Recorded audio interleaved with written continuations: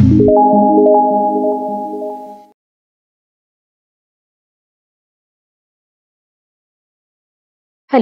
I am doctor Mohini चिखलंडे.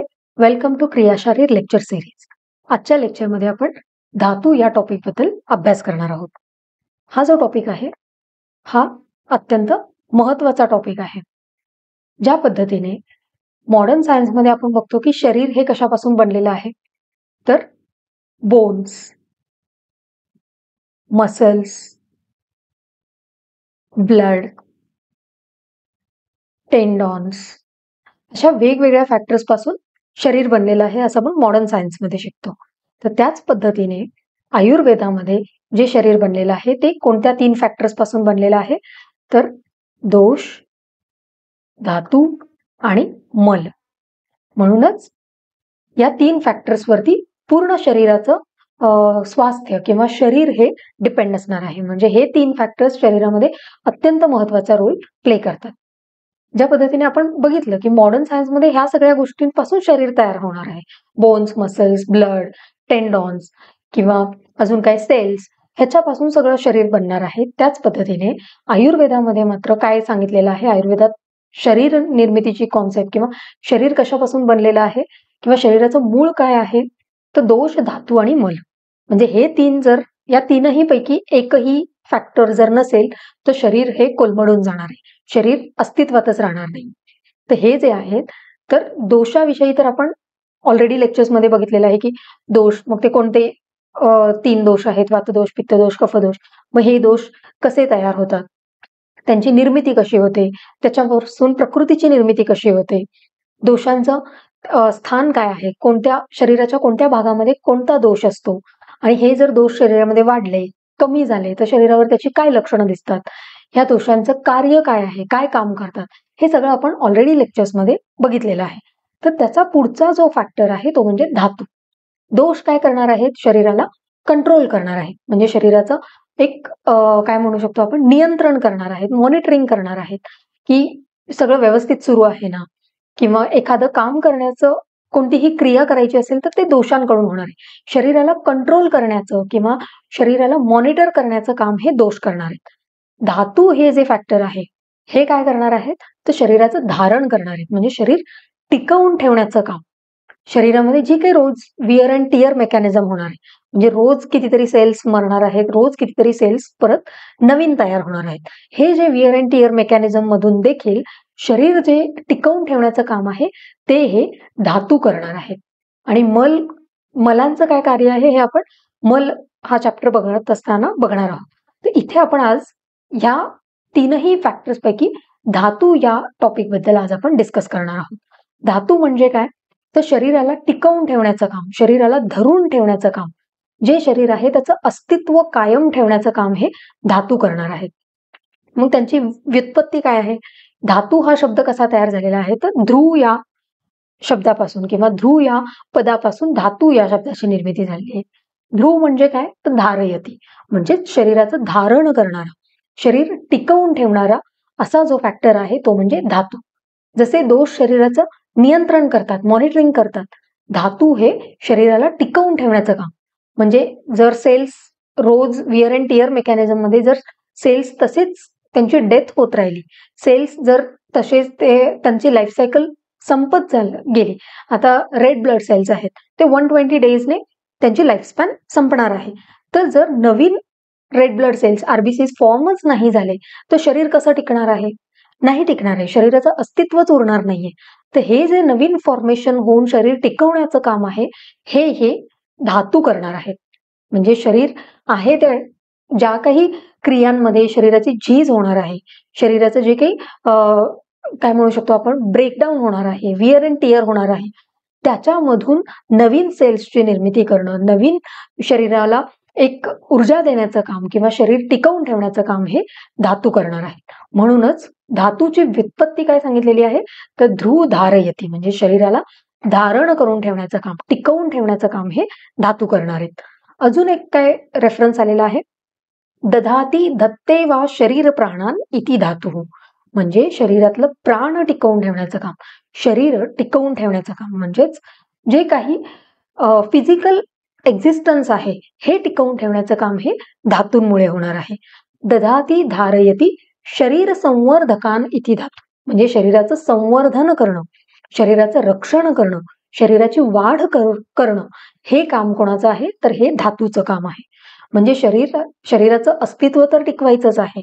शरीराचं जे काही विअर अँड टिअर मेकॅनिझम मध्ये झालेली जी काही झीज आहे ती भरून काढायचीच आहे, पण त्याच सोबत शरीराचं रक्षण करायचंय, शरीराला वर्धन करायचंय, म्हणजे शरीराचा ग्रोथ जी काही आहे ती करण्याचं काम हे धातू करणार आहे. म्हणजे बाल्यावस्थेतून तारुण्यावस्थेमध्ये जाताना, लहान मुलापासून एक अडल्ट लाईफ मध्ये एंटर करत असताना जे बोन्स आहेत, जी हाईट वाढणार आहे, वेट वाढणार आहे, जे काही मसलची स्ट्रेंथ वाढणार आहे, हे काय आहे, तर हे शरीराचं संवर्धन आहे.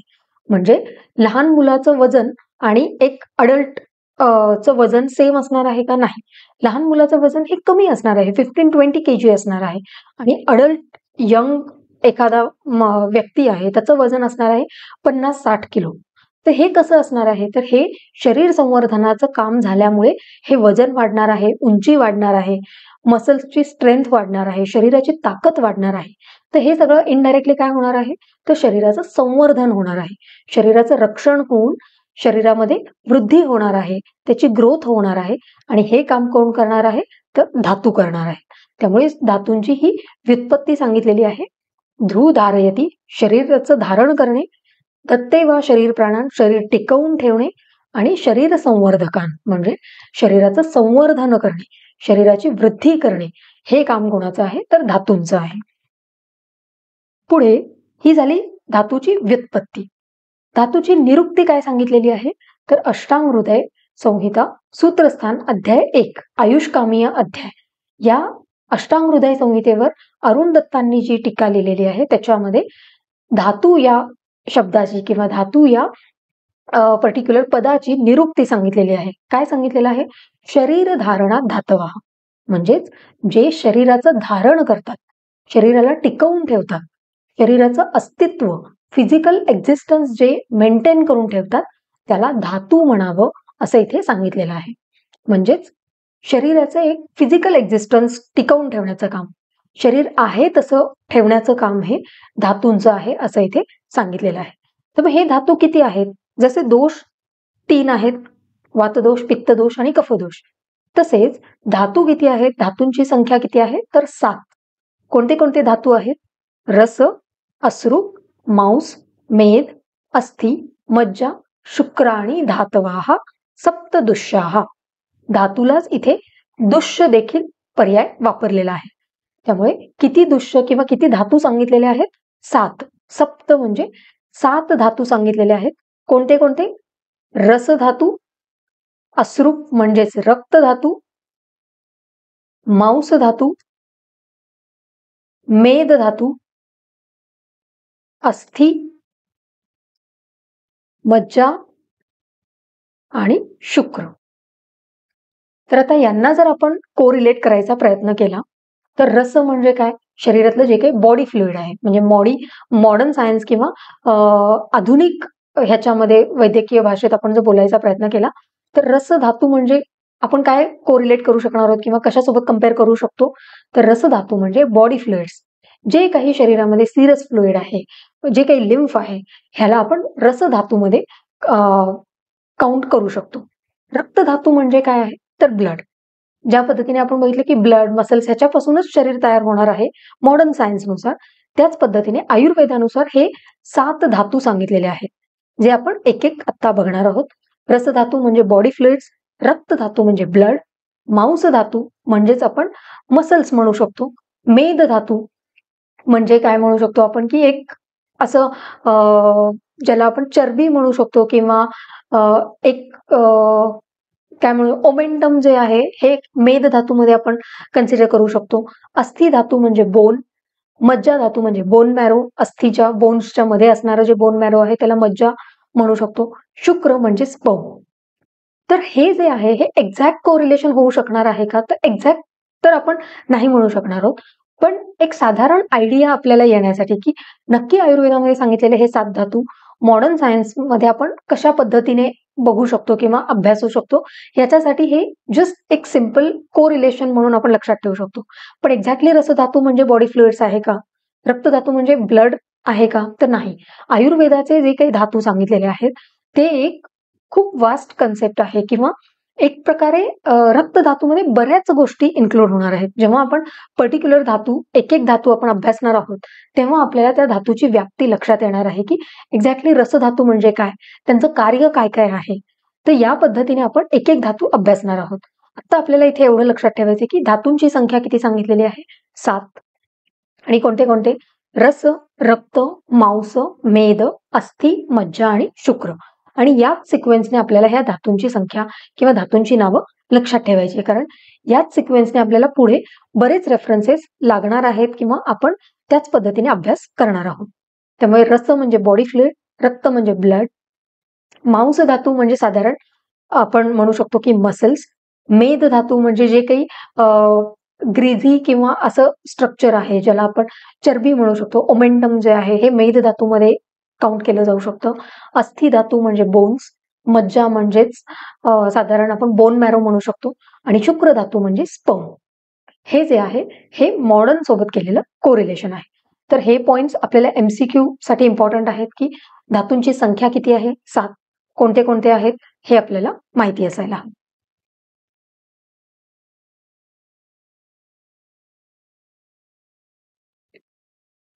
तर या 7 धातूंची कार्य काय आहे? जसं आपण दोषांची संख्या बघितली, दोषांचे कार्य बघितले होते, की वात दोषाचं कार्य काय आहे? पित्त दोषाचं कार्य काय आहे? त्याच पद्धतीने हे जे 7 धातू आहेत, ह्यांचे कार्य काय आहे? शरीरामध्ये हे एक्झॅक्टली काय काम करतात? तर याचा रेफरन्स आहे अष्टांग हृदय सूत्रस्थान अध्याय 11. आधी आपण श्लोक वाचूया आणि मग त्यांची कार्य एक-एक समजून घेऊया. प्रीणनम जीवनम लेपः स्नेहो धारण पूरणे गर्भोत्पादश्च धातूनाम श्रेष्ठम कर्म क्रमात स्मृतम. आता इथे कुठेही आपण धातूंचा उल्लेख आलेला दिसत नाहीये. फक्त धातू हा शब्द आलेला आहे. पण धातूंचं नाव कुठे आलेलं आहे का? रस, रक्त, मांस, मेद, अस्थि, मज्जा, शुक्र यापैकी कोणत्याही धातूचं या श्लोकामध्ये नाव आलेलं आहे का? तर नाही. फक्त धातू हा शब्द सांगितलेला आहे. धातूनाम श्रेष्ठम कर्म म्हणजे हे धातूंचे श्रेष्ठ कर्म किंवा धातूंचे हे महत्वाचे कर्म सांगितलेले आहे. पण कोणत्या धातूचे? क्रमात स्मृतम म्हणजे क्रमाने हे सांगितलेले कर्म आहे. कोणत्या धातूंचे? जे आपण आता वर 7 धातू बघितले. रस, रक्त, मांस, मेद, अस्थि, मज्जा, शुक्र. याच क्रमाने हे त्यांचे कार्य सांगितलेले आहे. म्हणून हा जो सिक्वेन्स आहे, हा जो क्रम आहे, हा इम्पॉर्टंट आहे. कारण प्रत्येक ठिकाणी तुम्हाला धातूंची नावं मिळतीलच असं नाहीये. तिथे तुम्हाला पर्टिक्युलर धातूबद्दल कर्म सांगितलेलं जाईल, काहीतरी त्याबद्दल उल्लेख मिळेल, पण त्या धातूचं नाव नसणार आहे. त्यामुळे आपल्याला या धातूंचा सिक्वेन्स लक्षात ठेवणं खूप गरजेचं आहे. रस, रक्त, मांस, मेद, अस्थि, मज्जा, शुक्र. आणि याच सिक्वेन्सने त्यांची कार्य सांगितलेली आहेत. म्हणजेच रस धातूचं कार्य आहे प्रीणन, रक्त धातूचं कार्य आहे जीवन, मांस धातूचं कार्य आहे लेपन, मेद धातूचं कार्य आहे स्नेहन, अस्थि धातूचं कार्य आहे धारण, मज्जा धातूचं कार्य आहे पूरण आणि शुक्र धातूचं कार्य आहे गर्भोत्पादन. तर आता हे एक्झॅक्टली हे कार्य म्हणजे काय? प्रीणन म्हणजे काय? तर आपण आता डिस्कस करूया. सॉरी. रस हा जो धातू आहे याचा कार्य सांगितलेला आहे प्रीणन म्हणजे सर्व शरीराला पोषक अंश पुरवणे म्हणजे नरिशमेंट प्रोव्हाइड करण्याचं काम हे रस धातूचं आहे. तर याचं आपण प्रॅक्टिकली काय लक्षात ठेवू शकतो किंवा आपल्याला याची अनुभूती कशी होईल?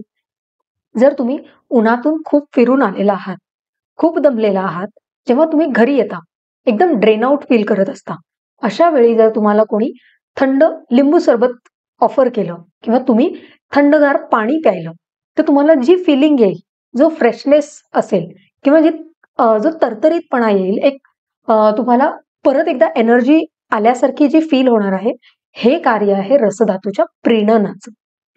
म्हणजे प्रीणन हे जे कार्य सांगितलेलं आहे रसधातूचं, ते या पद्धतीने आपल्याला जाणवणार आहे.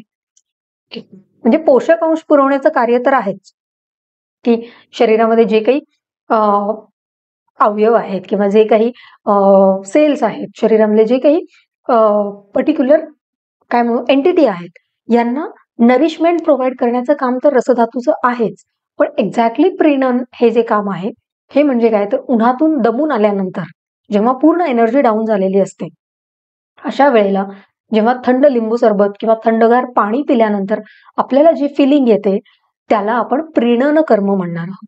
तर हे जेव्हा तुम्ही प्रॅक्टिकली अनुभवाल किंवा अशा पद्धतीने जेव्हा लक्षात ठेवाल, तेव्हा आणि तेव्हाच तुम्हाला प्रत्येक धातूची कर्म ही लक्षात राहणार आहेत, तेवढ्या इझिली ती समजायला किंवा लक्षात ठेवायला सोपी असणार आहे. तर हे झालं रसधातूच्या प्रीणन कर्माबद्दल.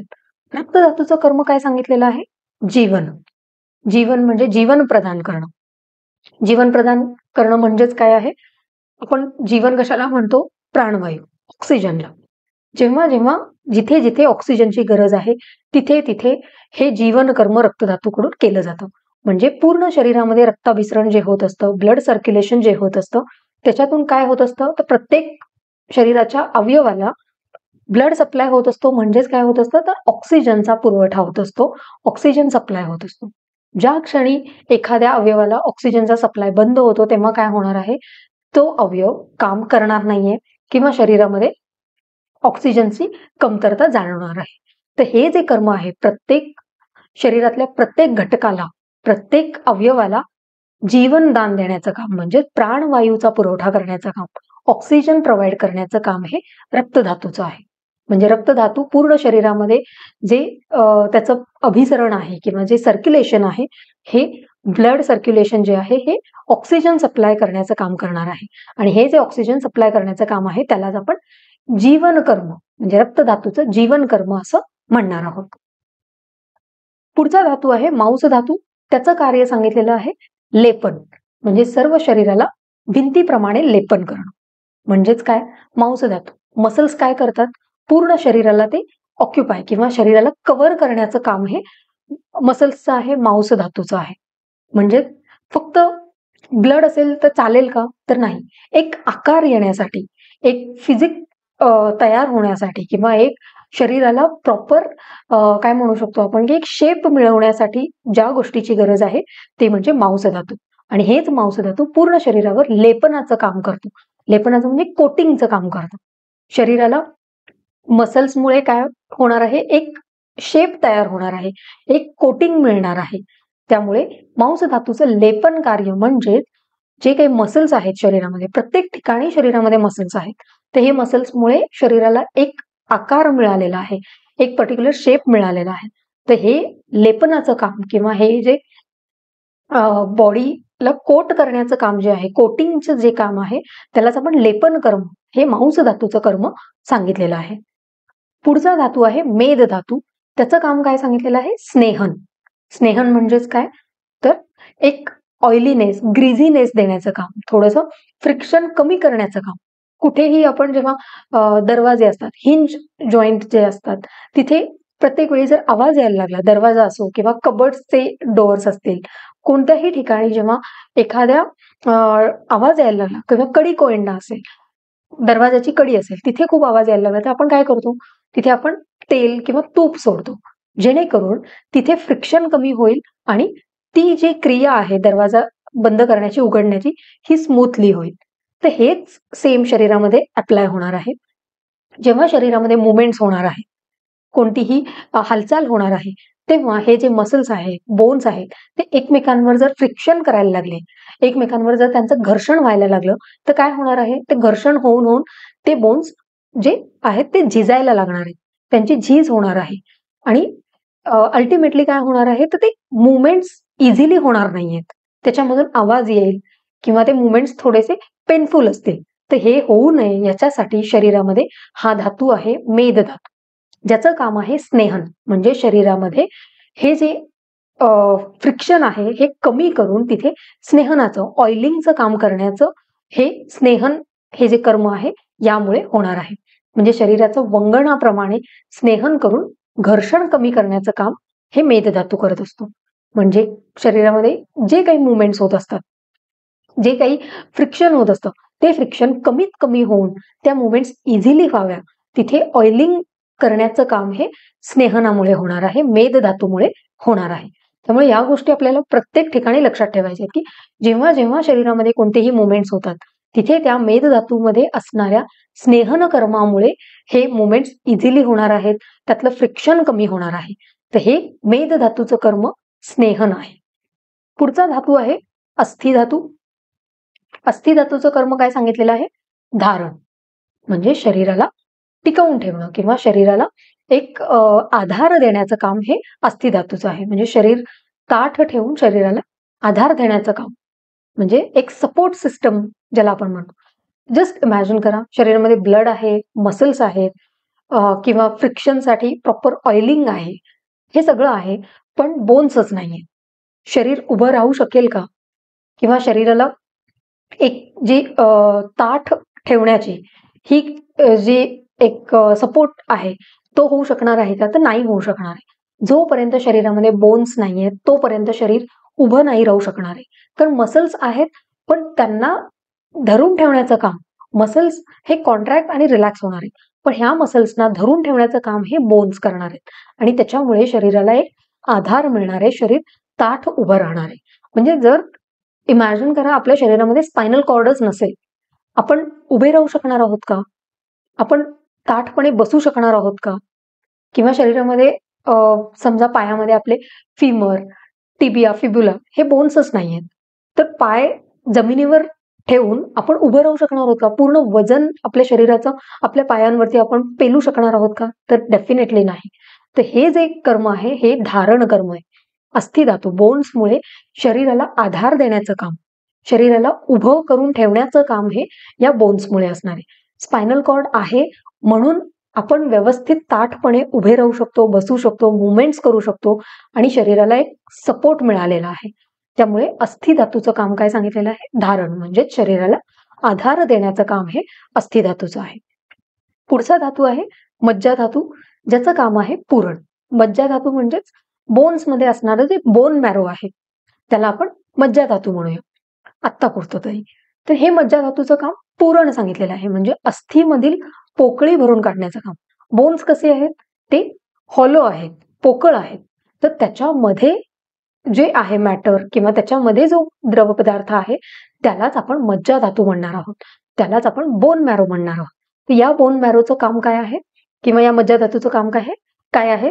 तर अस्थि धातूमध्ये असणारी जी पोकळी आहे, जो हॉलोनेस आहे ते भरून काढायचे, पूर्ण करायचे, त्याचं म्हणजे ते फिल करायचे. ती पोकळी तशी न राहता त्याला व्यवस्थितपणे भरून काढण्याचं काम, पूरणाचं काम हे मज्जा धातूमुळे होणार आहे. त्यामुळे नावामध्ये दिलेलं आहे की मज्जा धातूचं काम पूरण आहे, म्हणजे अस्थि बोन्स मधले जे हॉलोनेस आहे, पोकळी आहे, ते भरून काढण्याचं काम हे मज्जा धातूमुळे होणार आहे. पुढचा आणि शेवटचा जो धातू आहे तो म्हणजे शुक्र धातू, म्हणजेच स्पर्म्स किंवा फिमेल्समध्ये आपण ओवम म्हणूया. तर यांचं काम काय आहे? गर्भोत्पादन.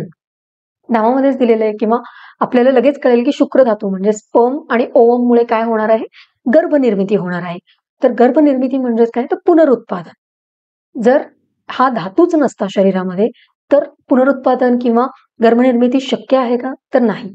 मग आपलं हे जे काही मनुष्य प्राणी आहे त्याचं कंटिन्युइटी किंवा त्याची कन्सिस्टन्सी राहणार आहे का? नाही. जोपर्यंत हे शुक्र धातू नाहीये तोपर्यंत हे पुनरुत्पादन किंवा गर्भनिर्मिती होणार नाही. आणि गर्भनिर्मिती जर नाही झाली तर नवीन जीव जन्माला येणार नाहीये. नवीन जीव जन्माला नाही आला तर पर्टिक्युलर हे जे मनुष्य प्राणीची प्रजाती आहे किंवा हे जे काही स्पीसीज आहे हे इथेच थांबणार आहे. त्यामुळे शुक्र धातूचं काम हे गर्भोत्पादन सांगितलेलं आहे, म्हणजे पुनरुत्पादन. जेव्हा स्पर्म आणि ओवम एकत्र येतात तेव्हा गर्भाची निर्मिती होते आणि हे स्पीसीज जी आहे याची कंटिन्युइटी राहते. त्यामुळे शुक्र धातू जो आहे तो गर्भनिर्मितीसाठी, गर्भाच्या उत्पन्नासाठी अत्यंत महत्वाचा आहे. त्यामुळे अशा पद्धतीने हे जे 7 धातू आपण बघितले, रस, रक्त, मांस, मेद, अस्थि, मज्जा, शुक्र, यांचे 7 कर्म सांगितलेले आहेत. म्हणजे यांचे या पर्टिक्युलर जे काही 7 धातू आहेत यांचे अनेक कर्म आहेत, पण त्यातले श्रेष्ठ कर्म किंवा सगळ्यात महत्वाचे कर्म कोणते आहेत तर ते आता आपण बघितलेले आहेत. रसधातूचा कर्म आहे प्रीणन, शरीराला पोषकांश पुरवणे आणि शरीराला जे काही नरिशमेंट आहे ते प्रोव्हाइड करणे. रक्तधातूचं काम आहे जीवन, म्हणजेच पूर्ण शरीराला प्राणवायू, ऑक्सिजन सप्लाय करणे.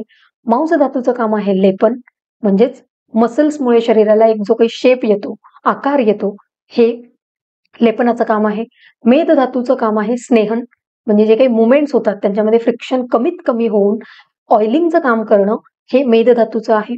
अस्थिधातूचं काम काय आहे? धारण, म्हणजे शरीराला ताठ ठेवून त्याला आधार देण्याचं काम हे अस्थिधातू करणार आहे. मज्जाधातूचं काम काय आहे? पूरण, म्हणजेच बोन्समध्ये असणारी, अस्थिधातूमध्ये असणारी जी काही पोकळी आहे, जी काही हॉलो आहे, ते भरून काढण्याचं काम हे मज्जाधातूमुळे होणार आहे. आणि शुक्र धातूचं काम सांगितलेलं आहे गर्भोत्पादन, म्हणजेच नवीन जीवाची निर्मिती करणं, पुनरुत्पादन करणं. तर हे शुक्र धातूचं काम सांगितलेलं आहे. तर अशा पद्धतीने हे जे सप्त धातू सांगितलेले आहेत त्यांचे आपण आता श्रेष्ठ कर्म जे आहेत ते बघितलेले आहे.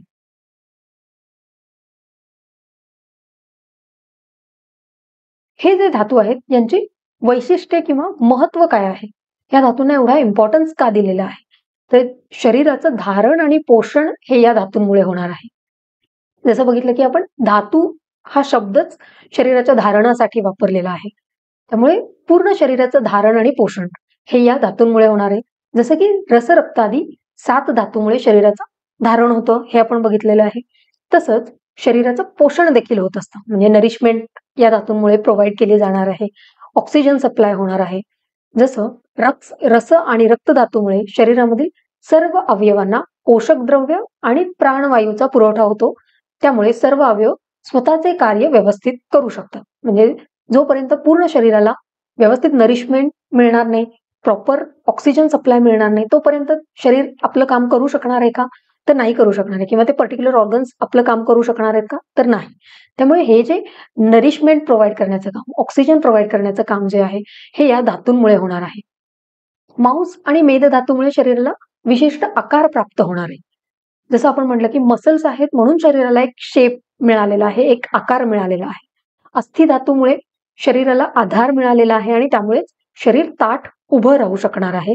पूर्ण शरीराचं वजन हे स्पायनल कॉर्ड किंवा फिमर, टिबिया, फिबुला हे जे लोअर लिम्ब मधले जे बोन्स आहेत हे पेलू शकणार आहेत. त्यामुळे शरीर ताठपणे उभं राहू शकणार आहे. तर अशा प्रकारे हे जे धातूंचं धारण पोषणाचं काम आहे हे कंटिन्युअसली अविरतपणे शरीरामध्ये चालू राहणार आहे. त्यामुळे धातूंचं महत्व काय आहे? तर पूर्ण शरीराचं धारण आणि पोषण करण्याचं काम हे धातू करत असतात. दुसरं कार्य काय आहे? तर दोषांची कार्ये ही धातूंच्या माध्यमातून होतात. जसं आपण दोष बघितले होते ऑलरेडी. मागच्या लेक्चर्समध्ये आपण दोषांविषयी व्यवस्थित माहिती घेतलेली आहे. तर दोषांचे जे काही कार्य सांगितलेले आहे, वातदोषाचं कार्य काय आहे? चलन किंवा हालचाली करणं हे वातदोषाचं काम सांगितलेलं आहे. पित्तदोषाचं काम काय सांगितलेलं आहे? तर परिणमन किंवा चेंज जे काही आहे ते पित्तदोषामुळे होणार आहे. कफदोषामुळे काय आहे? शरीराचं संवर्धन होणार आहे किंवा शरीराचं एक ग्रोथ होणार आहे, शरीराची एक वाढ होणार आहे. तर हे दोषांची जी कार्य आहेत ही धातूंच्या माध्यमातून होतात. म्हणजेच काय? तर दोषांची सर्व कार्य ही धातूंच्या माध्यमातून घडून येतात. जसं की हालचाल घडवून आणणं हे वातदोषाचं कार्य, मुवमेंट हे वातदोषामुळे होणार आहे. पण हे वातदोषामुळे जरी घडत असेल, जोपर्यंत शरीरामध्ये मांस धातू नाहीये तोपर्यंत मुवमेंट होऊ शकणार आहे का? नाही होऊ शकणार आहे. कारण जर तुमच्याकडे धातूच नाहीये तर तुम्ही मुवमेंट करणार कसे? वातदोष फक्त प्रेरणा देणार आहे की आता मुवमेंट करायची. पण मुवमेंट करण्यासाठी शरीरामध्ये काहीतरी फॅक्टर लागेल की ज्याच्यामुळे हात उचलला जाईल, मसल्स कॉन्ट्रॅक्ट होतील किंवा मसल्स रिलॅक्स होतील, त्यातून मुवमेंट्स घडणार आहे. तर हे जे मसल्स कॉन्ट्रॅक्ट आणि रिलॅक्स होणार आहेत म्हणजेच काय होणार आहे? तर मांस धातू इथे त्याचा रोल प्ले करणार आहे आणि त्याच्यामुळे ही जी हालचाल आहे, ही जी मुवमेंट आहे ती होणार आहे. आणि शरीराची वृद्धी करणं हे कफदोषाचं काम आहे. म्हणजे शरीराची वाढ होणं हे कफदोषामुळे होणार आहे. पण ही वाढ मांस आणि मेद धातूच्या माध्यमातून होणार आहे. म्हणजे नुसतं शरीरामध्ये कफ वाढून चालणार आहे का? आणि त्याच्यातून लगेच आपल्याला कळणार आहे का की शरीराची वृद्धी झाली? नाही. त्याचा इम्पॅक्ट कुठेतरी दिसणं अपेक्षित आहे. तर शरीरामध्ये जेव्हा कफदोषाचं हे वृद्धी कार्य आहे, हे काय होणार आहे? तर मांस धातू आणि मेद धातू शरीरात वाढणार आहे. म्हणजे वजन वाढेल, थोडीशी उंची वाढेल कदाचित. तर ह्याच्यामुळे शरीराचं वृद्धी होणार आहे, शरीराची ग्रोथ होणार आहे. म्हणजे जर ग्रोथ म्हणजे काय? आपण काय म्हणतो की जसं आपण सुरुवातीला बघितलं की लहान मुलाचं वजन कदाचित 10-15 किलो असेल आणि अडल्ट व्यक्तीचं वजन 50-60 किलो असेल. तर ही ग्रोथ कशी झालेली आहे? फक्त कफदोष जरी असेल तर काहीतरी आपल्याला एक पॅरामीटर लागेल, कुठेतरी काय आपल्याला व्हिजिबल काहीतरी लागेल, की हां, हे वाढलेलं आहे म्हणून शरीराची वृद्धी झालेली आहे. तर इथे काय झालेलं आहे, तर वजन वाढलेलं आहे. तर वजन कशामुळे वाढलं? मांस धातू आणि मेद धातू वाढल्यामुळे शरीराचं वजन वाढलं. त्यामुळे आपण म्हणू शकतो, की हां, कफदोषाचं जे शरीरवृद्धीचं कार्य आहे ते पूर्ण झालेलं आहे. त्यामुळे दोषांची जी काही कार्य आहेत, वातदोषाचं हालचालीचं कार्य असो किंवा कफदोषाचं शरीरवृद्धीचं कार्य असो, हे धातूंच्याच माध्यमातून होतात. म्हणजे धातूंमध्ये काहीतरी बदल होतात आणि त्याच्यावरून आपल्याला दोषांची कार्य झालेली आहेत, हे आपल्याला समजतं किंवा बघायला मिळतं. अजून धातूंचं काय महत्व आहे, तर गर्भावस्थेमध्ये अवयव निर्मिती म्हणजे गर्भ तयार होत असताना जे काही गर्भाची अवयव निर्मिती होणार आहे, जे काही ऑर्गन्स तयार होणार आहेत, तिथे देखील हे धातू तेवढाच त्यांचा इम्पॉर्टंट रोल प्ले करणार आहे. गर्भावस्थेमध्ये शरीराच्या सर्व अवयवांच्या निर्मितीमध्ये दोषांबरोबर धातूंचाही सहभाग असतो. जसं की हृदय जर तयार व्हायचं असेल, म्हणजे गर्भामध्ये त्या जेव्हा स्पर्म आणि ओवम एकत्र येतात आणि गर्भाची निर्मिती होते, तर त्या गर्भामध्ये जेव्हा शरीराचे अवयव तयार होतात, कोणताही अवयव, फॉर एक्झाम्पल आता हृदय, तर हृदय जर तयार होत असेल त्या गर्भामध्ये, तर तिथे कफदोषासोबत रक्तधातूचा देखील सहभाग असणार आहे. म्हणजे कफदोष तर आहेच, कारण शरीराची वृद्धीसाठी कफदोष इम्पॉर्टंट आहे, पण त्याच पद्धतीने हृदय निर्मितीसाठी रक्तधातू देखील तिथे इम्पॉर्टंट आहे. म्हणजे जोपर्यंत रक्तधातूची इन्व्हॉल्वमेंट नाहीये, तोपर्यंत हृदय निर्मिती त्या गर्भामध्ये होणार नाहीये. म्हणजेच गर्भावस्थेमध्ये देखील कोणताही अवयव जर तयार व्हायचा असेल, तर तिथे दोषांसोबत धातूंची देखील आवश्यकता असणार आहे. पुढचा पॉइंट आहे, की धातूंचं महत्व आपण बघत आहोत किंवा धातूंची वैशिष्ट्ये आपण बघतोय. धातू शरीरातून कधीही बाहेर पडत नाही. याला एक्सेप्शन आहे शुक्रधातू. कारण शुक्रधातू सिमेन थ्रू जेव्हा स्पर्म शरीरातून बाहेर येतात, त्याच्यानंतरच गर्भनिर्मितीचं कार्य होणार आहे. पण बाकी इतर जे कोणते धातू आहेत, रस, रक्त, मांस, मेद, अस्थि, मज्जा, हे जे 6 धातू आहेत, हे शरीरातून कधीही बाहेर पडत नाहीत. याला अपवाद फक्त शुक्रधातूचा आहे. कारण जेव्हा पुरुष शरीरामधून किंवा मेल्समधून जेव्हा सिमेन थ्रू स्पर्म किंवा शुक्रधातू बाहेर पडणार आहे आणि तो स्त्रीच्या योनी मार्गामधून गर्भाशयामध्ये जाणार आहे, त्याच्यानंतरच गर्भनिर्मितीचं कार्य होणार आहे. पण शुक्रधातूला सोडून बाकी कोणतेही धातू, इतर जे 6 धातू आहेत शुक्रधातूला सोडून, हे कधीही शरीरातून बाहेर पडत नाहीत किंवा आयडियली पडायला नाही पाहिजे. पण जर हे धातू शरीरातून बाहेर पडले, तर ते मात्र हानिकारक असतात. जसं की जर धातू शरीरातून बाहेर पडल्यास शरीराला त्याची हानी पोहोचणार आहे. आता रक्तधातू आहे, जेव्हा काही रोड ट्रॅफिक ऍक्सिडेंट असेल, काही हेड इंजुरीमुळे जेव्हा रक्तस्राव होतो, तेव्हा हे जर धातू प्रमाणापेक्षा जास्त शरीरामधून बाहेर पडले आणि ते कंट्रोल नाही करता आले, तेव्हा मृत्यू देखील होऊ शकतो. कारण शरीरातून हे धातू बाहेर पडणं अपेक्षित नाहीये. पण समहाऊ काही कारणाने जर हे धातू शरीरातून बाहेर पडायला लागले, तर मात्र मृत्यू येणं अटळ आहे. कारण धातूंचं कार्यच आहे की शरीराला टिकवून ठेवणं, धारण करून ठेवणं. आणि हेच जर धातू शरीरातून बाहेर पडायला लागले, तर शरीराचं अस्तित्वच उरणार नाही. आणि शरीराचं अस्तित्व उरणार नाही म्हणजेच काय असणार आहे, तर त्या व्यक्तीचा मृत्यू होणार आहे. त्यामुळे हे जे पॉइंट्स आहेत, हे धातूंचे वैशिष्ट्य किंवा महत्व सांगणारी पॉइंट्स आहेत. जसे की धातू काय करणार आहेत, शरीराचं धारण आणि पोषण करणार आहेत. दोषांची जी काही कार्य आहेत ती धातूंच्याच माध्यमातून होणार आहेत. म्हणजे धातूंचं असणं किती महत्वाचं आहे. गर्भावस्थेमध्ये जे काही अवयवांची निर्मिती होणार आहे, तिथे दोषांसोबत धातूंची गरज आहे. हे जे सप्तधातू आहेत, हे शरीरातून कधीही बाहेर पडत नाहीत. सप्तधातूंपैकी 6 धातू हे कधीही शरीरातून बाहेर आयडियली पडत नाहीत. याला अपवाद आहे शुक्रधातूचा, जो शरीरातून बाहेर पडतो, पण त्याचं कार्य आहे गर्भनिर्मिती. आणि या 6 धातूंपैकी जर कोणता धातू शरीरातून बाहेर पडला, तर तो हानिकारक असणार आहे. म्हणजे जर अतिरक्तधातू शरीरातून बाहेर पडायला लागला, रक्तस्राव जास्त प्रमाणात व्हायला लागला. आता मॉडर्न सायन्सने आपण बऱ्यापैकी गोष्टी कंट्रोल करू शकतो. पण जेव्हा म्हणजे हा धातू अति रक्तस्राव जर झाला, तर मॉडर्न सायन्स किंवा कोणताही सायन्स तिथे अपुरं पडणार आहे. आणि हा धातू जर शरीरातून अति प्रमाणात बाहेर पडायला लागला, तर तिथे मृत्यू येणं हे अटळ असणार आहे. तर हे झाले धातूंची वैशिष्ट्ये आणि महत्व. हे जे धातू आहेत हे पंचमहाभूतांपासून बनलेले आहेत, कारण पूर्ण शरीर पंचमहाभूतांपासून बनलेले आहे. जसं आपण बघितलं की दोष देखील पंचमहाभूतांपासून तयार झालेले आहेत, त्याच पद्धतीने हे धातू देखील 5 महाभूतांपासून यांची निर्मिती झालेली आहे. प्रत्येक धातूमध्ये 5ही महाभूत आहेत, पण त्यातल्या त्यात कोणत्या महाभूताचं आधिक्य पर्टिक्युलर धातूमध्ये आहे त्याच्यानुसार आपण ते बघणार आहोत. कारण आपल्याला माहिती आहे की सगळ्या गोष्टी किंवा सगळे शरीर घटक हे 5ही महाभूतांपासून तयार झालेले आहेत, पण ज्या महाभूताचं आधिक्य आहे त्या महाभूताचं आपण पर्टिक्युलर तो शरीर घटक हा त्या महाभूतापासून बनलेला आहे असं म्हणणार आहोत. तर हे जे 7 धातू आहेत हे देखील 5ही महाभूतांपासून बनलेले आहेत, पण त्यातल्या त्यात पर्टिक्युलर धातूमध्ये कोणत्या महाभूताचं आधिक्य आहे ते आपण बघणार आहोत. हा रेफरन्स आलेला आहे सुश्रुत संहिता सूत्रस्थान अध्याय 15. सुश्रुत संहितेवर जी भानुमती टीका आहे त्या टीकेमधून हा रेफरन्स आलेला आहे की धातूंचं पांचभौतिक संघटन. रस हा आप्य म्हणजे रसधातू हा आप्य आहे, म्हणजेच जल महाभूताचं आधिक्य रसधातूमध्ये आहे. ऑब्वियस आहे, रसधातू किंवा बॉडी फ्लुइड कसे आहेत, लिक्विड आहेत. लिक्विड आहेत म्हणजेच त्यांच्यामध्ये जल महाभूतापासून यांची निर्मिती झालेली आहे किंवा जल महाभूताचं आधिक्य या रसधातूमध्ये जास्त आहे. रक्तम तेजो जलात्मकम. रक्तधातू कसा बनलेला आहे, तेज आणि जल. तेज म्हणजे अग्नी महाभूत आणि जल महाभूत, म्हणजेच तेज, अग्नी आणि जल महाभूतापासून रक्तधातू बनलेला आहे. याचं आधिक्य रक्तधातूमध्ये जास्त आहे. मांसम पार्थिवम.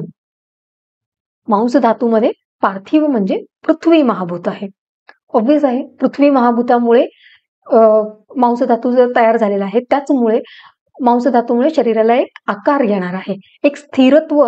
पृथ्वी महाभूताचं वैशिष्ट्य काय आहे तर स्थिरता किंवा स्थैर्य. त्यामुळेच मांस धातूमुळे शरीराला स्थैर्य येणार आहे, एक आकार येणार आहे. मेदो जल पृथ्व्यात्मकम म्हणजेच मेद धातू हा जल आणि पृथ्वी महाभूतापासून बनलेला आहे. म्हणजे कोणते 2 महाभूत मेद धातूमध्ये आपल्याला मिळणार आहेत, जल आणि पृथ्वी. जसं मेद धातू कसा आहे तर त्याच्यामध्ये थोडीशी लिक्विडिटी पण आहे आणि थोडंसं सॉलिड पण आहे, म्हणजे सेमी सॉलिड अशा स्टेट मधला हा धातू सांगितलेला आहे. त्याच्यामुळे याच्यामध्ये पृथ्वी आणि जल असे 2ही महाभूत आलेले आहेत. ज्या पद्धतीने रक्त धातूमध्ये देखील 2 महाभूत आहेत, तेज म्हणजे अग्नी आणि जल. का अग्नी आणि जल आलेला आहे, रक्त धातू लिक्विड आहे त्यामुळे जल महाभूत असणार आहे, पण रक्त धातू हा पित्त दोषाच्या आश्रयाने राहणार आहे. त्यामुळे पित्त दोषामध्ये ऑलरेडी अग्नी महाभूत आहे आणि रक्त धातू देखील उष्ण गुणाचा सांगितलेला आहे. जेव्हा आपण रक्त धातू अभ्यासणार आहोत तेव्हा आपण प्रत्येक धातूचे गुण वगैरे बघणारच आहोत, पण बेसिकली रक्त धातू हा उष्ण गुणाचा आहे. तर उष्ण गुण कशामुळे आलेला आहे तर अग्नी महाभूतामुळे आलेला आहे. त्यामुळे रक्त धातूमध्ये अग्नी आणि जल महाभूत आहे. मेद धातूमध्ये जल आणि पृथ्वी महाभूत आहे, कारण मेद धातू हा सेमी सॉलिड अशा स्टेटमध्ये आहे, म्हणजे थोडंसं पृथ्वी महाभूतामुळे एक सॉलिड पण आहे आणि जल महाभूतामुळे त्याच्यामध्ये लिक्विडिटी पण आहे. अस्थि पृथ्वी अनिला म्हणजे अस्थि धातू जो आहे तो कशापासून बनलेला आहे, पृथ्वी आणि अनिल म्हणजे वायू. आपल्याला माहिती आहे अस्थि हे स्थिर आहेत, त्याच्यामुळे पृथ्वी महाभूतामुळे स्थैर्य आहे. आणि अस्थि कसे आहेत, पोकळ आहेत, आपण बघितलेलं होतं, हॉलो आहेत. त्याच्यामुळे त्याच्यामध्ये मज्जा धातूचं पूर्ण कर्म आपल्याला बघायला मिळतं. तर अस्थि पोकळ असल्यामुळे तिथे काय आहे, वायू, वात दोष किंवा वायू महाभूत. त्यामुळे अस्थि धातू हे 2 महाभूतांपासून बनलेले आहे. स्थिर आहे त्याच्यामुळे पृथ्वी आणि त्याच्यामध्ये पोकळी आहे म्हणून वायू. जिथे जिथे पोकळी आहे, जिथे जिथे एक हॉलोनेस आहे, तिथे वायू महाभूताचं आधिक्य असणार आहे. मज्जा धातू जो आहे तो कसा आहे, लिक्विड असल्या कारणाने परत मज्जा आप्यम म्हणजे जल महाभूतापासून मज्जा धातूची निर्मिती झालेली आहे. शुक्रम आप्यम, शुक्र देखील कसा आहे, लिक्विड किंवा त्याची कन्सिस्टन्सी साधारण सेमी सॉलिड असली तरी देखील त्याच्यामध्ये जल महाभूताचं आधिक्य आहे. तर अशा पद्धतीने हे पंचमहाभूत किंवा पांचभौतिक संघटन जे आहे धातूंचं ते आपण बघितलेलं आहे. रस धातूमध्ये जल महाभूताचं आधिक्य आहे. रक्त धातूमध्ये अग्नी महाभूत आणि जल महाभूत आहे. मांस धातूमध्ये पृथ्वी महाभूत आहे. मेद धातूमध्ये पृथ्वी आणि जल महाभूत आहे. अस्थि धातूमध्ये पृथ्वी आणि वायू महाभूत आहे. मज्जा धातूमध्ये जल आहे आणि शुक्र धातूमध्ये देखील जल महाभूत आहे. तर हे जर लॉजिकली आपण लक्षात ठेवायचा प्रयत्न केला की कोणता धातू साधारण कोणत्या स्टेटमध्ये आहे, त्याचा फॉर्म काय आहे, त्याच्यानुसार जर आपण लक्षात ठेवायचा प्रयत्न केला तर आपल्याला हे पंचभौतिक संघटन इझिली लक्षात राहू शकतं. हा जो श्लोक आहे हा पीजी एंट्रन्सच्या पॉइंट ऑफ व्ह्यूने इम्पॉर्टंट आहे, कारण पीजी एंट्रन्समध्ये असे जे श्लोक असतात ते विचारले जाऊ शकतात. रसाहा डॅश डॅश, तर खाली तुम्हाला ऑप्शन्स असतील आप्याहा, पार्थिवम किंवा तेजोजलात्मकम, नन ऑफ द अबव. तर हे आपल्याला माहिती पाहिजे की रसाहा, आप्याहा. तर हे असे जे पॉइंट्स आहेत ते पीजी एंट्रन्स पॉइंट ऑफ व्ह्यूने इम्पॉर्टंट आहे, किंवा कदाचित युनिव्हर्सिटी एक्झाममध्ये देखील तुम्हाला एमसीक्यू साठी हा प्रश्न असा विचारला जाऊ शकतो. तर अशा पद्धतीने आजच्या लेक्चरमध्ये आपण धातू हा जो टॉपिक आहे याचं बेसिक इंट्रोडक्शन आज आपण बघितलेलं आहे. आता हे जे सप्त धातू आहेत, एक एक धातू आपण पुढच्या लेक्चर्समध्ये डिस्कस करणार आहोत.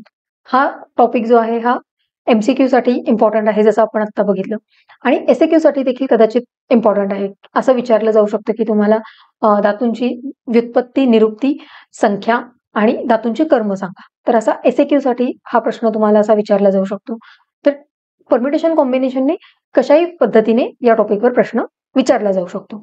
पुढच्या लेक्चरमध्ये आपण रसधातू जो आहे पहिला धातू त्याच्याबद्दल डिस्कस करूया. धन्यवाद.